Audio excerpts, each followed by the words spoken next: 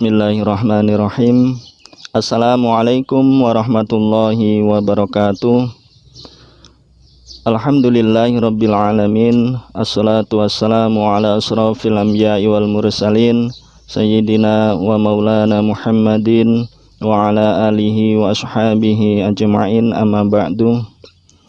Anak-anakku yang soleh dan solehah, mari kita bersyukur kepada Allah subhanahu wa ta'ala karena atas limpahan nikmat rahmatnya sehingga kita sampai saat ini masih diberikan kesehatan, sehingga kita masih diberikan oleh Allah kesempatan untuk memasuki atau berada pada bulan Sya'ban.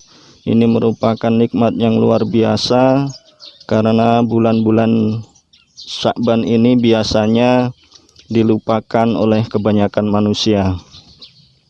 Salawat dan salam semoga selalu tercurah kepada suri teladan seluruh umat manusia, Rasulullah Muhammad sallallahu alaihi wasallam, kepada keluarga beliau, kepada para sahabat-sahabat beliau yang setia, dan mudah-mudahan kepada orang-orang yang setia kepada beliau hingga hari akhir. Amin ya Allah ya Rabbil alamin. Anak-anakku yang soleh dan solehah, dalam bulan Sya'ban ini Ustadz mengingatkan kepada kalian semuanya untuk meningkatkan amalan-amalan ibadah sebagaimana yang dianjurkan oleh Rasulullah, bahwa amalan-amalan ibadah itu harus kita tingkatkan kualitasnya. Tidak hanya kita memperbanyak amal ibadah, tetapi kualitasnya kurang baik. Anak-anakku, yang pertama, sholat terutama ini kita laksanakan dengan sebaik-baiknya. Kita tingkatkan kualitasnya, dan ini kita sebagai latihan yang sebentar lagi insya Allah kita akan memasuki bulan Ramadan, bulan yang penuh ampunan dari Allah, penuh kasih sayang, rahmatnya, sehingga kita harus betul-betul memanfaatkan bulan Ramadan. Nah, sebagai latihan pada bulan Sya'ban ini, mari kita berusaha dengan sebaik-baiknya, dengan sekuat tenaga untuk meningkatkan kualitas amal ibadah kita, terutama yang pertama ini adalah sholat. Sholat harus kita pahami bukan sebatas perintah ustadz ustazah. Sebetulnya bukan perintah ustadz ustazah. Sholat itu bukan perintah guru kita, bukan perintah orang tua kita. Ustadz ustazah dan orang tua kita hanya sebagai perantara untuk menyampaikan kewajiban ini, yang sebetulnya ini adalah perintah Allah subhanahu wa ta'ala. Sebagaimana Allah subhanahu wa ta'ala berfirman dalam Al-Quran, surah Al-Baqarah ayat 43, A'udzu billahi minasyaitonir rajim, Bismillahirrahmanirrahim, wa aqimus sholata wa atuz zakata warka'u ma'ar raki'in. Dan laksanakanlah sholat, tunaikanlah zakat, dan rukuklah bersama orang yang rukuk. Nah, ini jelas bahwa sholat itu yang memerintahkan Allah. Allah lah Tuhan kita, sehingga kita harus taat kepada Allah subhanahu wa ta'ala. Pada bulan Rajab kemarin, perintah sholat ini disampaikan kepada Nabi Muhammad SAW secara langsung dari Allah subhanahu wa ta'ala, yang kita peringati dengan acara yang kita kenal Isra Mi'raj. Jadi Isra itu Rasulullah diperjalankan dari Masjidil Haram ke Masjidil Aqsa dan dimi'rajkan naik ke langit untuk menghadap Allah subhanahu wa ta'ala untuk menerima perintah sholat. Jadi ini adalah suatu amalan ibadah yang sangat penting dan wajib, yang utama tidak boleh kita tinggalkan dan tidak boleh kita sembarangan untuk melaksanakannya. Dan Allah Subhanahu wa taala dalam Al-Qur'an surah An-Nisa ayat 103 juga Allah berfirman bahwa sholat itu sudah ditentukan oleh Allah Subhanahu wa taala waktunya. Allah berfirman, a'udzubillahi minasyaitonirrajim, innas sholata kanat 'alal mu'minina kitaban mauquta. Sesungguhnya sholat bagi orang-orang mukmin itu kewajiban yang telah ditentukan waktunya. Ada sholat isya itu pada waktu isya, nanti subuh kita sholat subuh, zuhur kita sholat zuhur, asar kita sholat asar, dan maghrib itu kita nanti sholat maghrib. Jadi semua itu ada dalam Al-Quran. Allah memerintahkan sholat, kemudian waktunya juga diterangkan oleh Allah Subhanahu wa taala dalam Al-Quran, yang selanjutnya dijelaskan dan dicontohkan oleh Rasulullah Muhammad Sallallahu Alaihi Wasallam. Kemudian perintah sholat ini kenapa tidak boleh kita laksanakan dengan sembarangan, baik itu gerakannya, bacaannya, kekhusyuannya. Karena Allah Subhanahu wa taala menjamin bagi orang-orang yang sholatnya khusyuk, insya Allah dan pasti Allah akan memasukkan ke dalam surga yang tertinggi, yaitu surga Firdaus. Dalam Al-Quran surah Al-Mu'minun, Allah Subhanahu wa ta'ala berfirman bahwa di ayat kedua menerangkan, a'udzubillahi minasyaitonirrajim, alladzina hum fi sholatihim khashi'un, yaitu orang-orang yang khusyuk dalam sholatnya. Pada ayat ke-10-nya, ulaika humul warithun, mereka itulah orang-orang yang akan mewarisi. Mewarisi apa? Disambungkan dalam ayat ke-11-nya, alladzina yarithunal firdaus hum fiha khalidun, yakni yang akan mewarisi surga Firdaus, mereka kekal di dalamnya. Itu orang-orang yang khusyuk dalam sholatnya. Terus bagaimana caranya khusyuk? Maka tentunya perlu banyak belajar lagi bagaimana sholat yang dicontohkan oleh Rasulullah Sallallahu Alaihi Wasallam.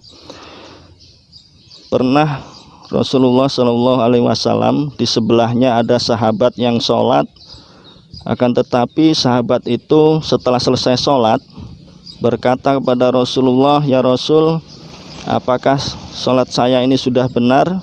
Rasulullah mengatakan, belum benar, maka sholatlah lagi.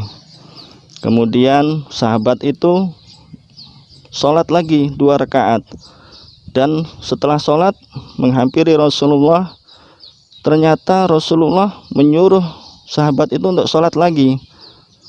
Kemudian sahabat sholat lagi, yang ketiga kalinya. Selesai sholat, sahabat menghadap Rasulullah, apakah sholatnya sudah benar? Kata Rasulullah, itu pun sholatnya belum benar, silahkan diulang lagi. Kata sahabat apa? Kata sahabat, ya Rasul, saya tidak bisa lebih baik daripada ini. Ya Rasul, tolong ajari saya untuk menunaikan sholat yang baik dan benar. Kemudian Rasulullah pun mengajari sahabatnya itu, mulai dari wudunya dengan sempurna, kemudian sholatnya juga disempurnakan. Kemudian ada kisah lagi yang lain. Secara singkat Rasulullah mengatakan bahwa ada seseorang yang sholat selama 60 tahun tetapi sholatnya tidak diterima. Itu karena apa? Karena boleh jadi rukuknya sempurna dilaksanakan, akan tetapi sujudnya tidak sempurna. Kemudian sebaliknya, sujudnya boleh jadi dilaksanakan dengan sempurna, akan tetapi pada saat rukuknya tidak sempurna. Nah ini anak-anakku, sholat ini tidak boleh kita asal sholat. Bagaimana tata caranya yang bagus, kita perlu mempelajarinya kembali. Kita tanyakan kepada ustadz-ustadz kita, kepada orang-orang yang punya ilmu, bagaimana yang dicontohkan oleh Rasulullah Sallallahu Alaihi Wasallam. Ibnu Qayyim mengatakan ada 5 tingkatan orang-orang yang sholat. Yang pertama, orang yang sholat tetapi dia mendapatkan dosa. Kenapa mendapatkan dosa? Karena sholatnya sembarangan, tidak mengikuti apa yang dicontohkan oleh Rasulullah. Kemudian bisa jadi tidak berwudu. Kemudian sholatnya itu hanya ingin dilihat orang lain atau bersifat ria. Ini ada dalam Al-Quran bahwa sholatnya hanya sifatnya ria, ingin dilihat orang lain. Nah, ini orang yang melaksanakan sholat seperti ini dikatakan mendapatkan dosa, tidak mendapat pahala. Mereka sholatnya tidak fokus sama sekali dengan sholatnya. Kemudian yang kedua, orang yang sholat tetapi tidak mendapatkan pahala. Ya, kalau yang pertama sholat tapi mendapat dosa. Yang kedua, orang yang sholat tapi tidak mendapatkan pahala sama sekali. Itu orang bagaimana? Orang yang tidak bisa fokus, tidak bisa khusyuk dalam sholatnya. Karena Allah menjamin yang khusyuk tadi ya akan mendapatkan surga Firdaus. Nah, orang yang kedua ini tidak mendapat pahala dalam sholatnya karena dia tidak khusyuk sama sekali.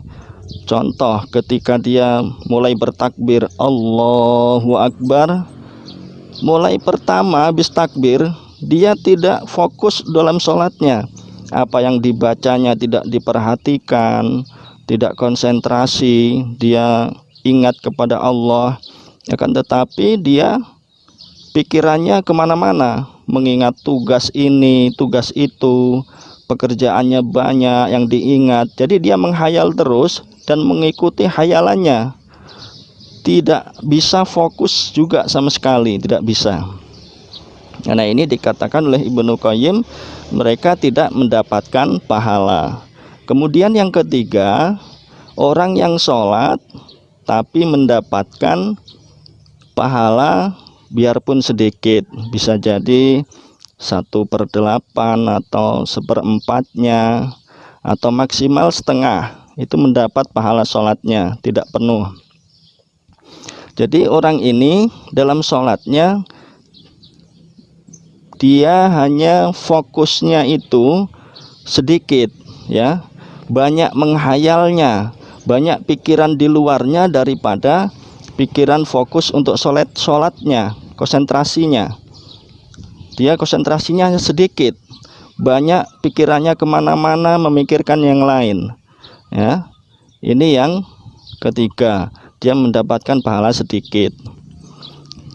Kalau yang berikutnya, yang keempat ini adalah orang yang sholat, dia mendapatkan pahala setengah sampai hampir kesempurnaan, tapi belum mencapai sempurna. Ini mereka orang-orang yang sholat lebih banyak fokusnya, konsentrasinya, beringat, berzikir pada Allah dalam sholat, maka dia mendapatkan pahala setengahnya dan hampir sempurna. Orang-orang yang sholat banyak fokusnya daripada banyak hayalannya. Contohnya ketika kita sholat nih, kita perhatikan bacaan kita, surah Al-Fatihahnya, tapi tiba-tiba kita ada teringat hal yang lain di luar sholat, apapun itu, tapi mereka masih berusaha untuk kembali ingat kepada Allah, kembali dia sadar bahwa dia sholat dan fokus. Nah, ini yang terakhir, yang kelima adalah orang-orang yang mendapatkan kesempurnaan pahalanya, yaitu orang-orang yang mulai dari takbir sampai terakhir sholat dia fokus, bisa konsentrasi, selalu mengingat Allah, memperhatikan bacaannya, dan tidak ingat kepada siapapun kecuali dia dalam keadaan sholat. Jadi orang ini mendapatkan pahala yang sempurna. Dan ini banyak dicontohkan oleh Nabi dan para sahabat. Suatu contoh, ada sahabat Rasulullah yang bernama Abu Sa'id Al-Khudri. Itu pernah sholat 2 rakaat dan dia itu terkena anak panah tepat di jantungnya. Dia tidak merasakan sakit sama sekali ketika terkena anak panah itu, karena saking khusyuknya dia sholat, fokusnya dia sholat. Pada saat itu dikisahkan dia membaca surah Al-Kahfi. Dan musuh pada saat memanah itu selalu tepat di jantungnya dan di sebelah-sebelahnya. Telah dikisahkan itu sebanyak 9 sampai 10 anak panah tepat mengenai jantung dan di sebelah-sebelahnya. Akan tetapi Abu Sa'id Al-Khudri ini tidak pernah merasakan kesakitan saat ada panahnya pada waktu sholat tadi, karena sholatnya sangat khusyuk sekali. Dan itulah karena kehebatan sholat khusyuk ini, Allah Subhanahu wa Ta'ala telah menjanjikan surga Firdaus di akhirat kelak.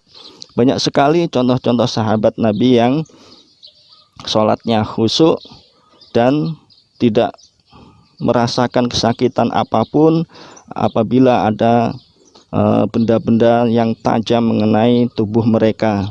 Bahkan ada lagi contoh yang lain, para ulama yang khusyuk dalam sholat sehingga dicabut anak panahnya di kakinya juga tidak terasa karena saking khusyuknya. Inilah kelebihan orang-orang yang khusyuk dalam sholatnya, sehingga Allah memang berhak untuk menjanjikan surga yang tertinggi, yaitu surga Firdaus. Kemudian anak-anakku, selain meningkatkan kualitas amalan sholat wajib, kita hendaknya melatih diri kita juga untuk melaksanakan sholat sunnah rawatib, yaitu yang sholat sunnah yang mengiringi sholat fardu, karena ini juga banyak keutamaannya. Salah satunya ialah Rasulullah Shallallahu Alaihi Wasallam bersabda, man sholla fi yaumin sintai asrota rok'atan siwal faridoti banallahu lahu baitan fil jannah. Barang siapa mengerjakan sholat 12 rakaat dalam sehari selain sholat fardu, yaitu sholat yang mengiringi sholat fardu, sholat sunnah, Allah Subhanahu wa Ta'ala membangun untuknya sebuah rumah di surga. Hadis riwayat An-Nasai. Al-Albani rahimakumullah mengatakan bahwa hadis ini sahih li khairihi. Jadi yang dimaksud dalam 12 sholat sunnah itu diantaranya ialah 4 rakaat sebelum zuhur, 2 rakaat sesudah zuhur, 2 rakaat setelah maghrib, 2 rakaat setelah isya, dan 2 rakaat sebelum subuh. Ustadz ulangi bagi anak-anakku yang ingin mengamalkan sholat 12 rakaat sunnah untuk menjamin diri kita supaya Allah bangunkan rumah di surga nanti. Yang pertama ialah 4 rakaat sebelum zuhur, 2 rakaat sesudah zuhur, 2 rakaat setelah maghrib, 2 rakaat setelah isya, dan 2 rakaat sebelum subuh. Baiklah anak-anakku, mungkin bisa menjadikan tambahan lagi sholat sunnah yang lain, sholat duha, sholat tahajud, sholat witir, berbanyak zikir, kalimat-kalimat thayyibah, tasbih, tahmid, takbir, tahlil, subhanallah, alhamdulillah, Allahu akbar, la ilaha illallah. Hendaknya kita laksanakan, kita berusaha untuk selalu berzikir, bersedekah, membantu keluarga dan orang lain. Baiklah, ini yang dapat Ustadz sampaikan, pesan kepada anak-anakku semuanya untuk meningkatkan kualitas ibadah kita. Kita songsong setelah bulan Sya'ban ini, bulan Ramadan, kita sudah siap untuk beramal dengan semaksimal mungkin, supaya Allah Subhanahu wa Ta'ala melihat kita sebagai hamba yang mengabdi kepada Allah Subhanahu wa Ta'ala dan Rasulnya, sehingga kita menjadi orang-orang yang bertakwa. Kebenaran hanya milik Allah Subhanahu wa Ta'ala, dan kesalahan pasti datangnya dari Ustadz sendiri. Kurang lebihnya mohon maaf. Subhanakallahumma wa bihamdika asyhadu an la ilaha illa anta Astaghfiruka wa atubu ilaik. Walhamdulillahi rabbil alamin. Wassalamualaikum warahmatullahi wabarakatuh.